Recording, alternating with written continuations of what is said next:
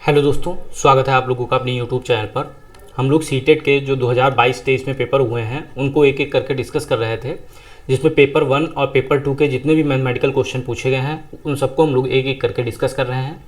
आज का जो पेपर है ये 19 जनवरी 2023 का पेपर है और इसका ये जो पेपर है आप लोगों का प्राइमरी लेवल का पेपर है और इसमें जितने भी मैथमेटिकल क्वेश्चंस पूछे गए हैं उनको हम लोग एक एक करके डिस्कस करेंगे। और जब ये पेपर कंप्लीट हो जाएंगे उसके बाद जो पेडागोजी है उसको भी हम लोग एक बार डिस्कस कर लेंगे। तो सबसे पहले जितने भी मैथमेटिकल क्वेश्चन हैं उनको कंप्लीट करने के बाद हम लोग पेडागोजी के क्वेश्चंस को डिस्कस करेंगे। पहला क्वेश्चन आप लोग स्क्रीन पर देख पा रहे होंगे, 4, 6, 8, 12 और 16 से भाग देने पर सदैव शेषफल 2 बचता है, तो न्यूनतम संख्या ज्ञात करिए। तो न्यूनतम संख्या का मतलब हमेशा आप लोग याद रखिए कि न्यूनतम संख्या का मतलब होता है एलसीएम, और अधिकतम संख्या की बात की जाए तो अधिकतम संख्या का मतलब होता है एचसीएफ। एलसीएम का मतलब लासा, एचसीएफ का मतलब मासा। तो यहाँ पर न्यूनतम संख्या की बात की जा रही है, तो संख्याएं हमारी हैं 4, 6, 8, 12 और 16। अब हम लोग इनका एलसीएम निकालेंगे। एलसीएम निकालने के लिए सबसे पहले सबसे छोटी संख्या से डिवाइड करेंगे। 2 दूना 4, 2 तिया 6, 2 चक्कू 8, 2 छंग 12, 2 अट्ठे 16। फिर 2 से डिवाइड करेंगे। 2 एकम 2, 3, 2 दूना 4, 2 तिया 6, 2 चक्कू 8। फिर 2 से डिवाइड करेंगे तो हमारा 1, 3, 2 एकम 2, 3। जो कटता जाएगा उसको काटते जाएंगे, जो नहीं हमारा डिवाइड होता है उसको वैसे ही लिखते जाएंगे। तो 3, 1, 3 और 1। अब 3 से डिवाइड करेंगे तो हमारा 1, 1, 1 आ जाएगा और हमारा एलसीएम यहाँ से फाइंड आउट हो जाएगा। तो एलसीएम हमारा क्या आएगा, 2 गुणे 2 गुणे 2 गुणे 2 गुणे 3। तो एलसीएम हमारा बन गया 2 दूना 4, दूनी 8, दूनी 16, तिया 48। जब हमें एलसीएम पता चल गया 48, यानी 48 सबसे छोटी ऐसी संख्या है जिसको अगर 4 से विभाजित करेंगे तो पूरी पूरी विभाजित हो जाएगी। 6 से, 8 से, 12 से और 16 से पूरी पूरी विभाजित हो जाएगी। आप चेक कर सकते हैं।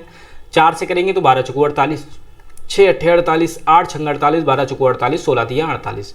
अब कह रहे सदैव शेषफल 2 बचे, तो ऐसी संख्या बतानी है। तो अभीष्ट संख्या जो हमारा आंसर हो जाएगा, वो जो हमारा एलसीएम आया है इसमें हम लोग 2 ऐड कर देंगे तो हमारा आंसर पता चल जाएगा। 50, 48 + 2 = 50। तो वो जो अभीष्ट संख्या होगी वो 50 होगी, न्यूनतम संख्या जिसे 4, 6, 8, 12 और 16 से भाग देने पर सदैव शेषफल 2 बचेगा। 4 से डिवाइड करेंगे 12 चौको 48, तो 2 बच जाएगा। 6 से करेंगे 6 अट्ठे 48, फिर 2 बच जाएगा। 8 छंग 48, 2 बचेगा। 12 चौको 48, 2 बच जाएगा। 16 तिया 48, फिर 2 बच जाएगा। ऐसे भी आप लोग अपने आंसर्स को चेक कर सकते हैं। बाकी जो आपका कॉन्सेप्ट है वो ये है, जब भी न्यूनतम संख्या पूछी जाएगी हम लोग एलसीएम निकालेंगे। एलसीएम निकालने के बाद कह रहा है जितना भी शेष बच रहा है, 2 शेष बचने के लिए कह रहा है 2 ऐड कर दिया, 3 के लिए बोलता 3 ऐड कर देते। तो इस तरीके से हम लोग इस क्वेश्चन को सॉल्व कर सकते हैं। नेक्स्ट क्वेश्चन है, इसमें कह रहा है 1 और 100 के बीच में कितने अभाज्य युग्म हैं। तो सबसे पहले हमें अभाज्य संख्या पता होनी चाहिए। अभाज्य संख्याएं वे संख्याएं होती हैं जो स्वयं से कटें या फिर 1 से कटें, या 1 से कटें या फिर सेल्फ से कटें यानी स्वयं से कटें। तो जितनी संख्याएं ऐसी होंगी वो सारी अभाज्य संख्याएं होंगी। सबसे छोटी अभाज्य संख्या आप लोगों से पूछी जाएगी तो 2 होगी। सबसे छोटी विषम अभाज्य संख्या पूछी जाएगी तो 3 होगी। तो जितनी भी 1 से 100 के बीच में अभाज्य संख्या है उन सभी को हम लोग एक एक करके यहाँ पे नोट डाउन कर लेंगे। 2 है, 3 है, 5 है, 7 है, 7 के बाद 11, फिर 13, 13 के बाद हमारी 17, 19, 23, फिर 29, 31, 37, फिर 41 है, 43 है, 47, फिर 53, 59, 61, 67, 71, 73, फिर है 79, 83, 89 और 97। तो 1 से 100 के बीच में जो हमारी अभाज्य संख्या है वो आप लोगों को स्क्रीन पर दिख रही होंगी, जो स्वयं से कटेंगी या फिर या फिर 1 से कटेंगी। तो अभाज्य युग्म का मतलब होता है, हम लोगों ने बात की कई बार कि एक संख्या अभाज्य संख्या हो, फिर अगली छोड़कर अगली अभाज्य संख्या हो, तो वहां पर हमारा एक अभाज्य युग्म बनता है। तो यहाँ पर 2 और 3 की बात की जाए तो ये तो लगातार अभाज्य संख्या हो जाएंगी, इनका युग्म नहीं बन रहा है। लेकिन 3 और 5 का युग्म बन रहा है। 3 फिर 4 का गैप फिर 5, ऐसे ही 5 फिर 6 का गैप फिर 7, यानी यहाँ पर भी एक अभाज्य युग्म हम लोगों को मिल जाएगा। फिर 11 से 13 में एक मिल जाएगा, क्योंकि 11 फिर 12 छोड़ के 13। फिर अगला देखेंगे तो 17, 19 में मिल जाएगा। 17, 18 छोड़कर 19। फिर नेक्स्ट अगर हम लोग देखेंगे तो 19, 29, 31 में मिल जाएगा। 29, 31 के बाद अगर हम लोग देखेंगे तो 41, 43 में मिल जाएगा। 41, 43 के बाद अगर हम लोग देखेंगे तो 59 और 61 में मिल जाएगा। 59, 61 के बाद अगर हम लोग बात करें तो 89 और 97 में, सॉरी 59 और 61 के बाद अगर हम लोग बात करें तो 71 और 73 में एक युग्म मिल जाएगा। और फिर 79-83 में नहीं मिलेगा, 89 और 87 में भी नहीं मिलेगा। तो टोटल हम लोग काउंट कर लेते, एक हमारा ये हो गया, एक ये हो गया 2, एक ये हो गया हमारा 3, एक ये हो गया 4, फिर 5, फिर नेक्स्ट है ये 6, नेक्स्ट है हमारा ये 7 और नेक्स्ट है हमारा 8। यानी टोटल जो हमको अभाज्य युग्म प्राप्त हुए वो हमारी संख्या जो है 8 है। ऑप्शन नंबर 2 इस क्वेश्चन का राइट आंसर होगा। सबसे छोटी अभाज्य संख्या 2 है, फिर 3 आ गया। 2 और 3 लगातार अभाज्य संख्याएं हो जाएंगी, लेकिन जो है इनका युग्म नहीं बन रहा है, क्योंकि युग्म बनने के लिए जरूरी है कि आपकी एक अभाज्य संख्या हो, फिर एक का गैप हो, फिर अगली अभाज्य संख्या हो। तो हमने देखा 3, 5, 5, 7, 11, 13, 17, 19, 29, 31, 41, 43, 59, 61, 71, 73।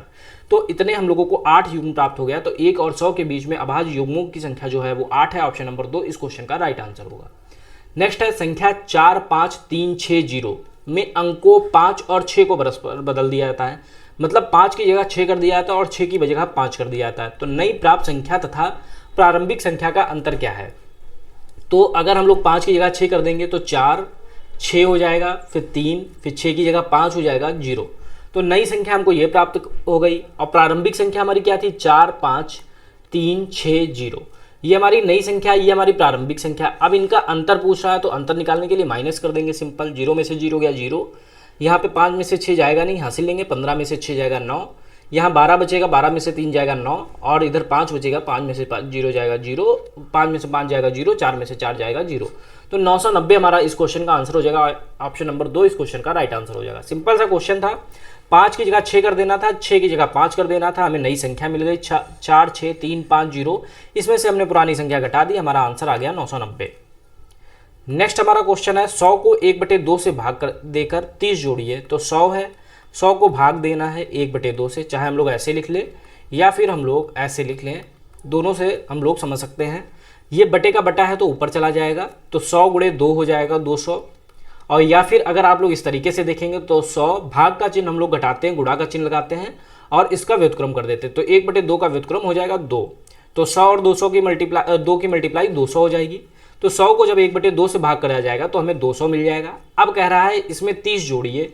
तो 200 में अगर हम लोग 30 जोड़ देंगे तो हमें 230 मिल जाएगा। अब कह रहा है परिणाम में से 45 घटाइए। तो 230 में से 45 घटाएंगे तो 10 में से 5 गया 5, 12 में से 4 गया 8 और 185 हमारा राइट आंसर हो गया। ऑप्शन नंबर 3 इस क्वेश्चन का राइट आंसर हो गया। तो 100 को 1/2 से भाग देना है, तो 100 को 1/2 से भाग किया तो हमारा 200 मिल गया।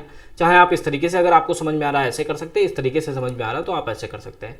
फिर 30 जोड़ना था, 230 मिल गया। परिणाम में से 45 घटाना था, 45 घटा दिया, 185 हमको राइट आंसर मिल गया। नेक्स्ट है यदि एक 7 अंकी 3, 4, 6, 3, फिर 4, फिर 6, फिर P, फिर 5, फिर 0, फिर 4, ये जो संख्या है ये 11 से विभाज्य है, तो P के स्थान पर क्या अंक आएगा? तो 11 से विभाज्य के लिए हम लोगों ने बात की थी, 11 से जब भी विभाज्य होगा तो पहली, तीसरी, 5वीं, 7वीं, इसी तरीके से अगर आगे है तो 9वीं, 11वीं, यानी विषम अंकों के जो भी संख्याएं हैं उनका योगफल। तो जैसे यहाँ पर पहले पर 3 है, फिर तीसरी पर 6 है, फिर 5वीं पर 5 है और 7वीं पर हमारा 4 है। तो इनका हम लोग ऐड कर देंगे, 6, 3, 9, 9, 5, 14, 14 और 4, 18। फिर हम लोग दूसरी, चौथी और छठी, यानी कि सम अंकों की संख्या 4, दूसरी, फिर चौथी P और छठी हमारी 0, इनका योगफल, और दोनों के योगफल को माइनस कर देंगे। तो अगर हमारी संख्या 11 से विभाज्य है तो हमारी संख्या 11 से विभाजित होगी। तो यहाँ पे हम लोग माइनस करेंगे तो ये हो जाएगा 18 माइनस 4, और जब माइनस अंदर जाएगा तो प्लस माइनस माइनस हो जाएगा, और 0 का कोई मतलब नहीं, तो इसको हम लोग ऐसे ही छोड़ देते हैं। तो 14 माइनस P मिल गया हमको। अब 14 माइनस P मिल गया। अब 11 से विभाज्य होने के लिए इन दोनों का जो अंतर है वो 11 से विभाजित होना चाहिए। तो P की वैल्यू हम लोग ऐसी रखेंगे कि जो भी हमारी संख्या आए अंतर करने पे वो 11 से विभाजित हो। तो अगर हम P की जगह पर आप लोग एक एक ऑप्शन को रख के देख सकते हैं, अगर डायरेक्ट नहीं आ रहा, 14 में से 0 घटाएंगे तो 14 आएगा, और 14 11 से विभाजित नहीं होता। 14 में से 2 घटाएंगे तो 12 आएगा, तो 12 भी पूरा पूरा विभाजित नहीं होता। 14 में से 3 घटाएंगे तो हमें 11 मिल जाएगा, और 11 जो है 11 से पूरी तरीके से विभाजित हो जाता है। यानी इस क्वेश्चन का जो राइट आंसर हो जाएगा ऑप्शन नंबर 3 हो जाएगा। तो जब भी 11 से विभाजित का नियम पूछा जाए या 11 से विभाजित संख्या पूछी जाए तो पहला, तीसरा, 5वां, 7वां, 9वां, 11वां, ऐसे अगर कितना भी क्रम है उन सबको जोड़ेंगे। फिर दूसरा, चौथा, छठा, 8वां उनको जोड़ेंगे और दोनों के अंतर को माइनस कर देंगे। अगर दोनों का अंतर 0 प्राप्त हो रहा है या फिर 11 प्राप्त हो रहा है, मतलब ऐसी संख्या प्राप्त हो रही है जो 11 से विभाजित है, तो हमारी संख्या 11 से विभाजित होगी। सेम हम लोगों ने पहली, तीसरी, 5वीं और 7वीं को जोड़ा, दूसरी, चौथी और छठी को जोड़ा, दोनों का अंतर निकाला तो 14 माइनस P आया, अब 14 माइनस पी के लिए या तो हमारा अंतर 0 होना चाहिए, तो 0 होने के लिए हमें 14 यहाँ रखना पड़ेगा, 14 हमारा ऑप्शन में नहीं है ऐसे। और फिर हम लोग यहाँ पर दूसरी ऐसी संख्या रखेंगे जो घटाने पे हमें 11 से विभाजित मिल जाए। तो हमने देखा अगर 3 रख दे तो 14 में से 3 जाएगा तो 11 आ जाएगा, और 11 जो है 11 से पूरी पूरी विभाजित हो जाती है, यानी हमारी जो संख्या है वो पूरी पूरी 11 से विभाजित हो जाएगी अगर पी की वैल्यू यहाँ पर 3 होगी, यानी पी का जो मान है वो 3 हो जाएगा। नेक्स्ट क्वेश्चन है, निम्नलिखित में से कौन सा रोमन संख्याओं का सही रूप से नहीं लिखा गया। यहाँ पे बताना नहीं लिखा गया है। तो रोमन के बारे में हम लोग एक बार और बात कुछ कर चुके हैं, आज भी डिटेल में हम लोग बात करेंगे। फर्स्ट अगर लिखना है आप लोगों को तो हम लोग ऐसे एक बना देते हैं। सेकंड के लिए आप सभी लोग जानते होंगे इस टाइप से सेकंड लिखा जाता है। फिर इसी तरीके से थर्ड के लिए 3 बार रिपीट होता है। फोर्थ अगर हम लोगों को लिखना है या 4 लिखना है तो हम लोग इस टाइप से लिखेंगे आई और वी। फिर अगर 5 की बात की जाए तो हम लोग वी बना देंगे तो हमारा 5 हो जाएगा।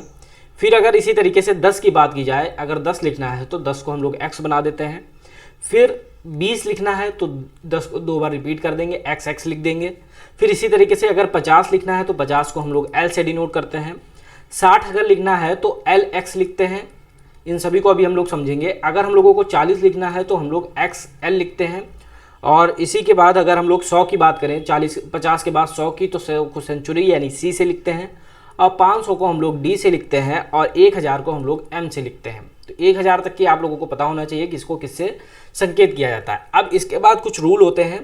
कोई भी संकेत जो है वो 3 से ज़्यादा बार रिपीट नहीं हो सकता, यानी 3 बार तो हम लोग रिपीट कर सकते हैं। जैसे अगर 30 लिखना है तो हम लोग एक्स एक्स एक्स लिख सकते हैं, लेकिन अगर हमने एक और एक्स बढ़ा दिया 40 लिखने के लिए तो हमारा रोमन अंक गलत हो जाएगा। यानी कोई भी जो संख्या है या संकेत है उसको 3 से अधिक बार रिपीट नहीं किया जा सकता। मैक्सिमम जो है हम उसको 3 बार रिपीट कर सकते हैं। नेक्स्ट है V अगर आया है, L आया है या D आया है, ये 3 चीज़ें अगर आई हैं तो इनको हम लोग दोबारा नहीं लिख सकते, यानी इनका दोहराव नहीं हो सकता। ये अगर किसी रोमन अंक में आएंगे, जैसे कि यहाँ पर अगर V आया है, यहाँ V आया है, यहाँ V आया है, तो सिर्फ सिंगल बार आएगा, डबल बार या ट्रिपल बार नहीं आएगा। इनको रिपीट नहीं किया जा सकता। तो V, L और D को रिपीट नहीं किया जा सकता।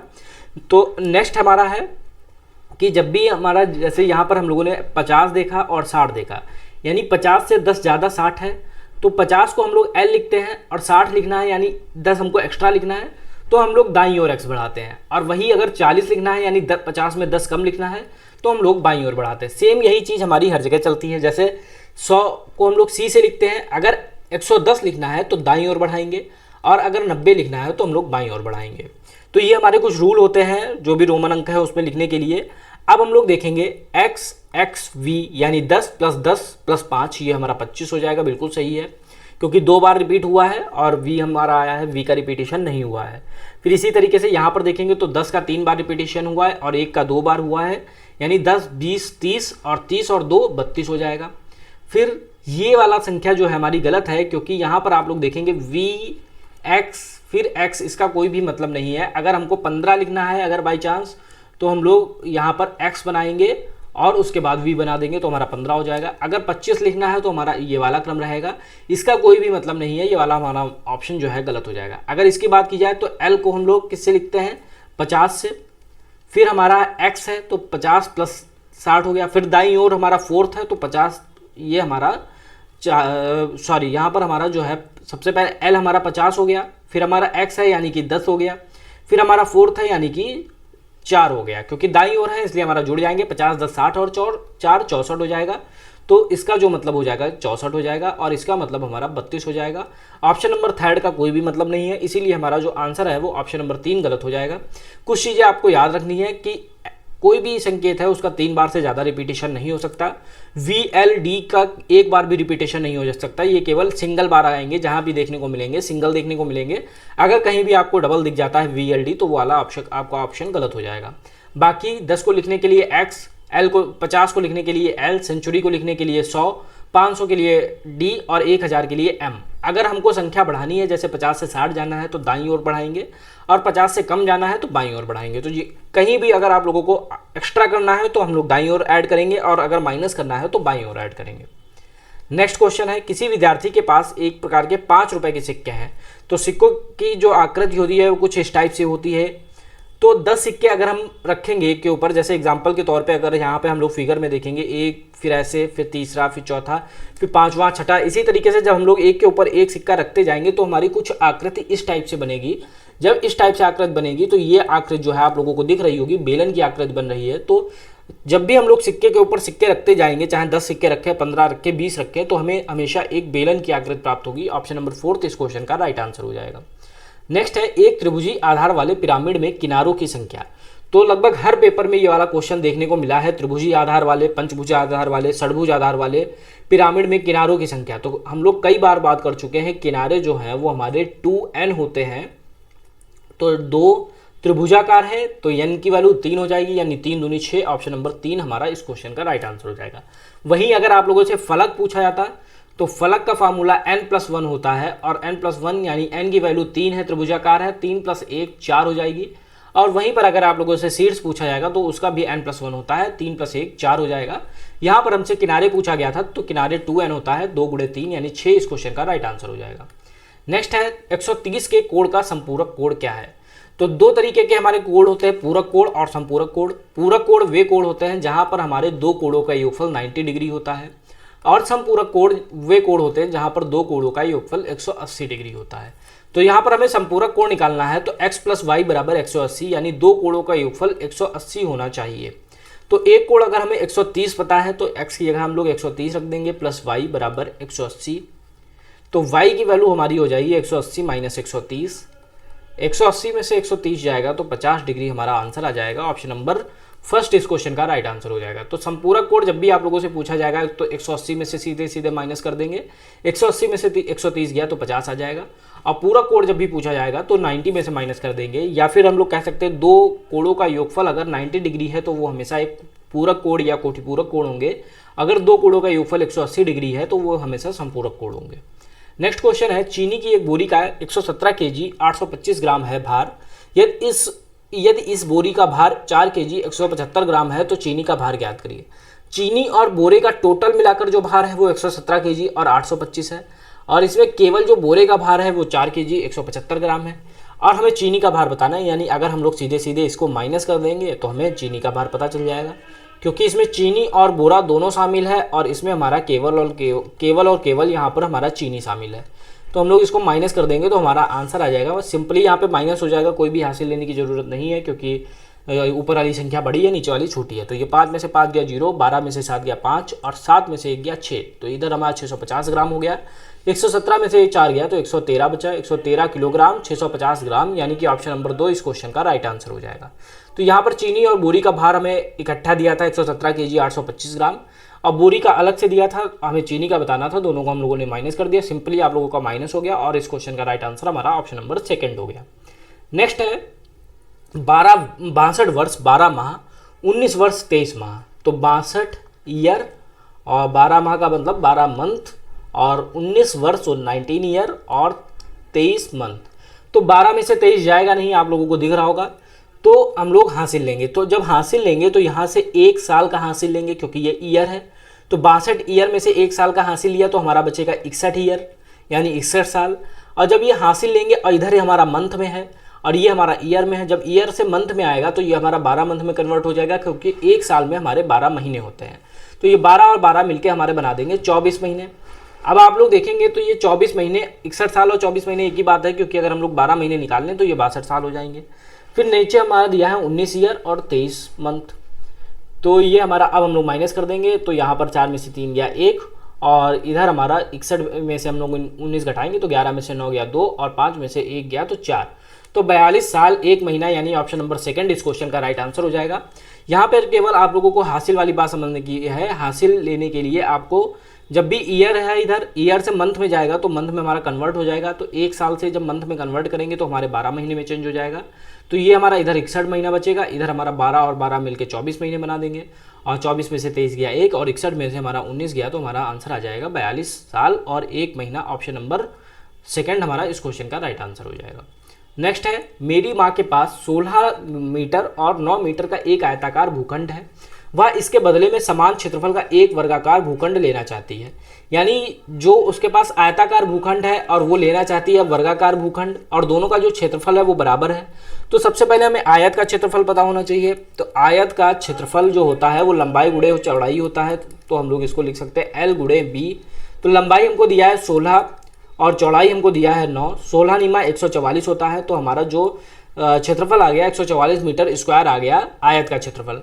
अब कह रहा है कि इसके बदले में समान क्षेत्रफल का एक वर्गाकार भूखंड लेना चाहती है। तो अगर वर्ग की बात की जाए तो वर्गाकार का अगर क्षेत्रफल की बात की जाए तो होता है भुजा स्क्वायर, या फिर हम लोग कह सकते हैं ए स्क्वायर। तो वर्ग का क्षेत्रफल ए स्क्वायर होता है, आयत का क्षेत्रफल लंबाई गुणे चौड़ाई होता है, तो लंबाई गुणे चौड़ाई से हम लोगों ने इसको निकाल दिया 144 मीटर स्क्वायर। वर्ग का क्षेत्रफल ए स्क्वायर होता है।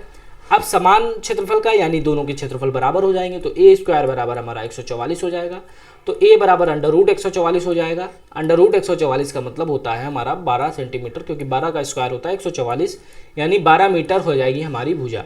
तो वर्गाकार जो भूखंड है उसका हमें भुजा पता चल गई 12 मीटर। अब कह रहा है इस नए भूखंड का परिमाप क्या होगा। तो वर्गाकार का जो परिमाप होता है, वर्ग का जो परिमाप होता है, अगर परिमाप की बात की जाए तो 4 गुणे भुजा होता है, या फिर हम लोग कह सकते हैं 4a। तो ए की वैल्यू हम लोग निकाल चुके हैं 12 मीटर, 12 चौको 48 हो जाएगा, तो 48 मीटर इस क्वेश्चन का राइट आंसर हो जाएगा। हमारा ऑप्शन नंबर 4 इस क्वेश्चन का राइट आंसर होगा। तो यहाँ पर हमें आयत का क्षेत्रफल निकाला पहले हम लोगों ने, लंबाई गुणे चौड़ाई से 144 मीटर स्क्वायर आ गया।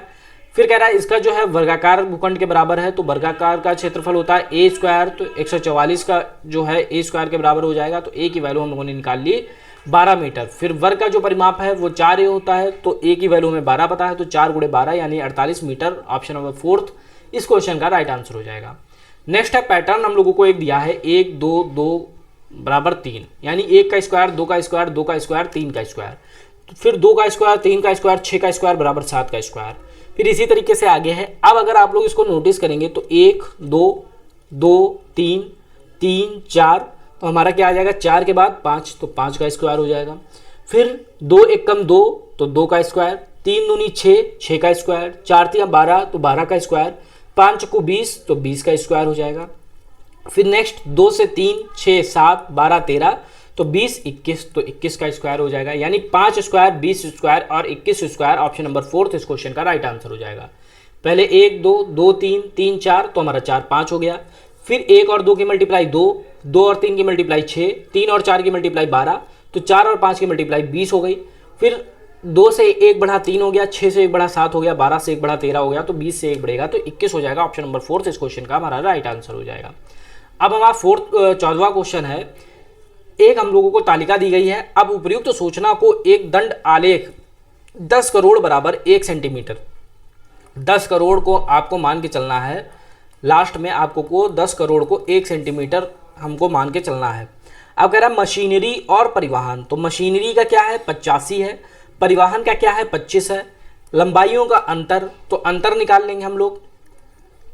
मशीनरी का हमें 85 पता है और परिवहन का हमें 25 पता है, इन दोनों का अंतर पूछा गया है, तो 5 में से 5 गया 0, 8 में से 2 गया 6, तो 60 हो गया हमारा अंतर। अब ये हमारा आया है 60 करोड़ में, और हमको आंसर किस में देना है, सेंटीमीटर में देना है। हमारे ऑप्शन जो है वो सारे सेंटीमीटर में है।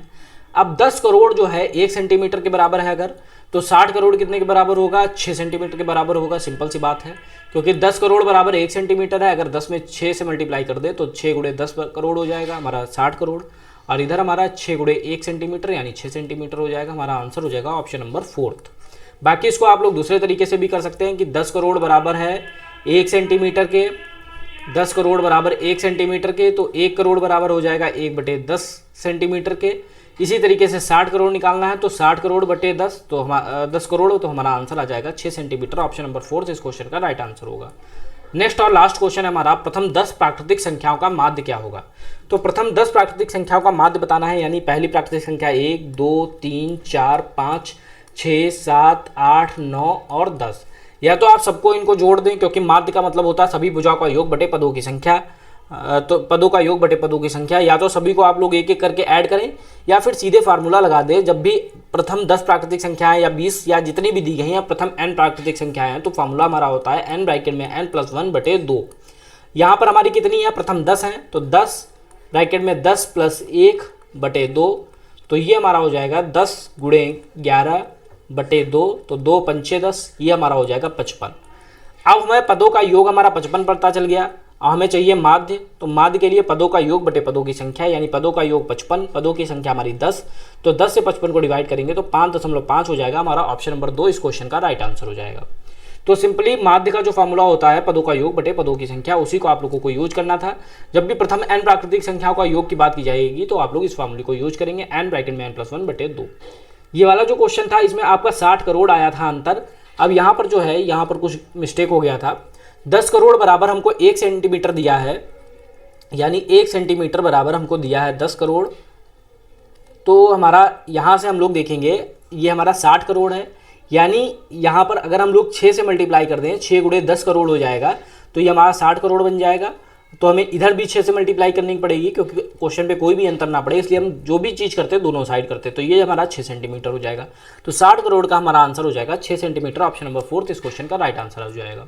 तो ये जो हमारे 19 जनवरी के जितने भी 15 क्वेश्चन आप लोगों के मैथमेटिकल थे, सबको हम लोगों ने एक एक करके डिस्कस किया। अगर आप लोगों को वीडियो पसंद आया तो वीडियो को लाइक करें, साथ ही साथ चैनल को सब्सक्राइब करें। नेक्स्ट वीडियो में हम लोग 19 जनवरी के पेपर 2 को डिस्कस करेंगे। मिलते हैं नेक्स्ट वीडियो में। Thank you.